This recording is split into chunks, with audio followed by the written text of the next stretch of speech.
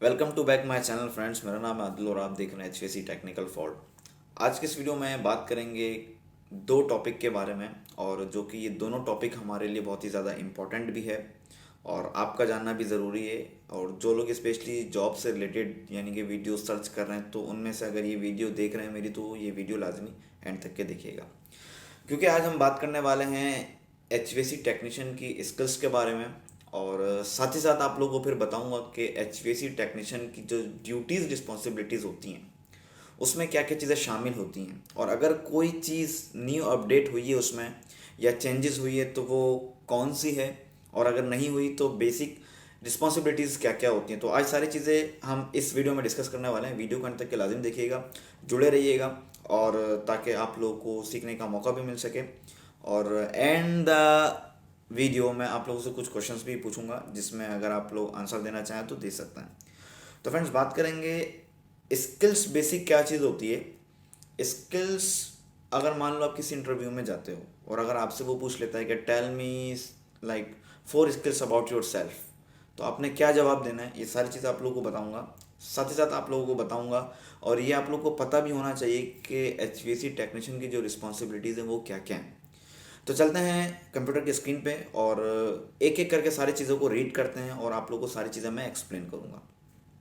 What skills do you need in H देखो मैंने यहाँ पे ना दो लिख दिए हैं यहाँ पे क्वेश्चंस। अब उसमें आपसे ये भी पूछ सकता है कि what skills do you need in H, लेकिन मेरे जो फ्रेंड्स ने जो यानी कि इंटरव्यू लिया था उसमें ये पूछा था लड़के से कि what skills are needed to be an H technician.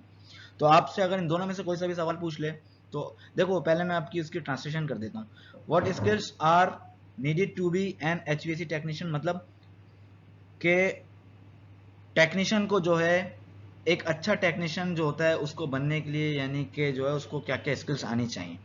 ठीक है, सिंपल सी यानी कि देसी लैंग्वेज में मैंने आपको बोल दिया है।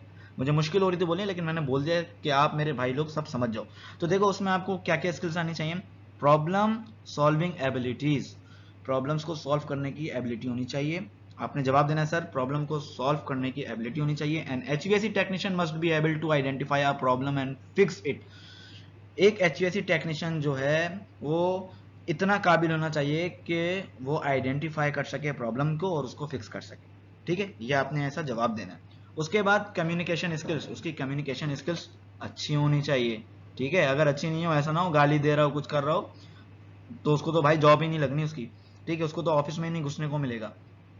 उसके बाद जो है क्या बताना है आपने, टाइम मैनेजमेंट स्किल्स। ये क्या होता है देखो, ये बहुत ज्यादा इंपॉर्टेंट है। दो चीजें बहुत इंपॉर्टेंट है, कम्युनिकेशन स्किल्स और time management skills. Very important यार। आप देते हो कस्टमर को आज का टाइम कि आज आ रहा हूं, आप जाते हो कल। ठीक है, इसी तरीके से प्रॉब्लम्स होती है। इससे पहले वाली मैंने वीडियो ऑलरेडी बनाई हुई थी कि कितनी बड़ी प्रॉब्लम्स है एचवीएसी टेक्नीशियंस के लिए।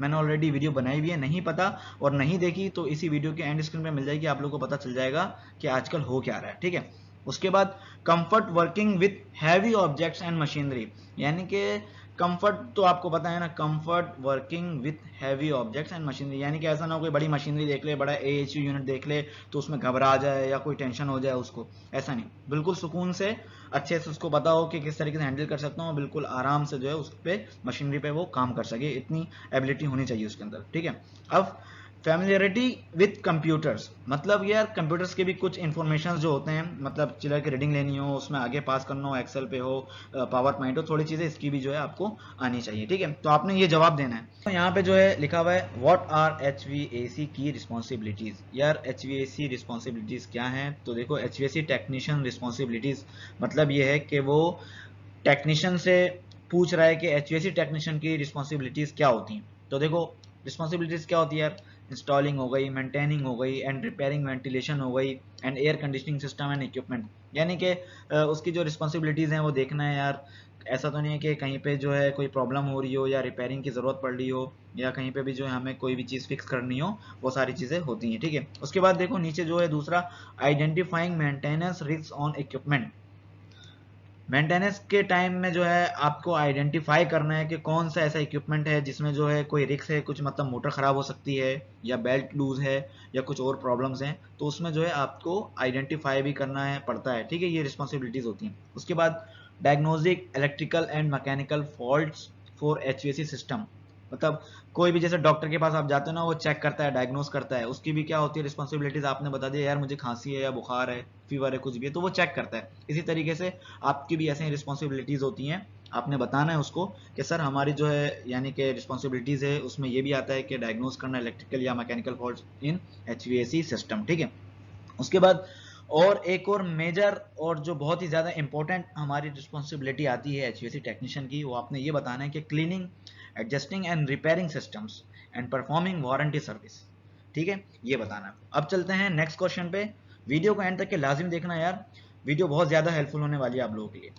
ये आ गया है व्हाट इज एचवीएसी कंट्रोलर। भाई एचवीएसी कंट्रोलर क्या है, कैसे यूज होता है, ठीक है। तो अगर आपसे पूछ ले तो आपने क्या बोलना है, बोलना है sir HVAC controllers are used to monitor and control the performance of heating, ventilation and air conditioning system. देखो एचवीएसी कंट्रोलर क्या है, थर्मोस्टेट समझ लो। थर्मोस्टेट से हम क्या करते हैं, क्या कर सकते हैं, हम मॉनिटर कर सकते हैं उसको, ठीक है, उसको कंट्रोल कर सकते हैं। Control the performance of heating, उसकी हीटिंग की जो परफॉर्मेंस है उसको कंट्रोल कर सकते हैं। वेंटिलेशन की परफॉर्मेंस जो है वो यानी कि कंट्रोल कर सकते हैं, कैसे, फैन स्पीड बढ़ानी है, कम करनी है, ठीक है। एंड एयर कंडीशनिंग सिस्टम, यानी कि कूलिंग कितनी चाहिए उसको भी हम कंट्रोल कर सकते हैं, ठीक है। इन बिल्डिंग्स, बिल्डिंग्स के अंदर, ठीक है, they monitor indoor environmental factors such as humidity and temperature and control heating and cooling to achieve and maintain desired levels, ठीक है। तो ये भाई आंसर था। उम्मीद है फ्रेंड्स वीडियो अच्छी लगी होगी। वीडियो अच्छी लगी है तो लाइक जरूर करना, साथ ही साथ एक प्यार सा कमेंट भी कर देना। चैनल पर अब तक नए हो भाई सब्सक्राइब कर लेना यार, क्योंकि आपको ऐसे रिलेटेड कंटेंट मेरे चैनल पर मिलते रहेंगे, स्पेशली आपको एचवीएसी से जॉब के रिलेटेड भी वीडियोस मिलती रहेंगी। तो मिलते हैं एक और न्यू वीडियो के साथ, रखिएगा ख्याल, अल्लाह हाफिज़।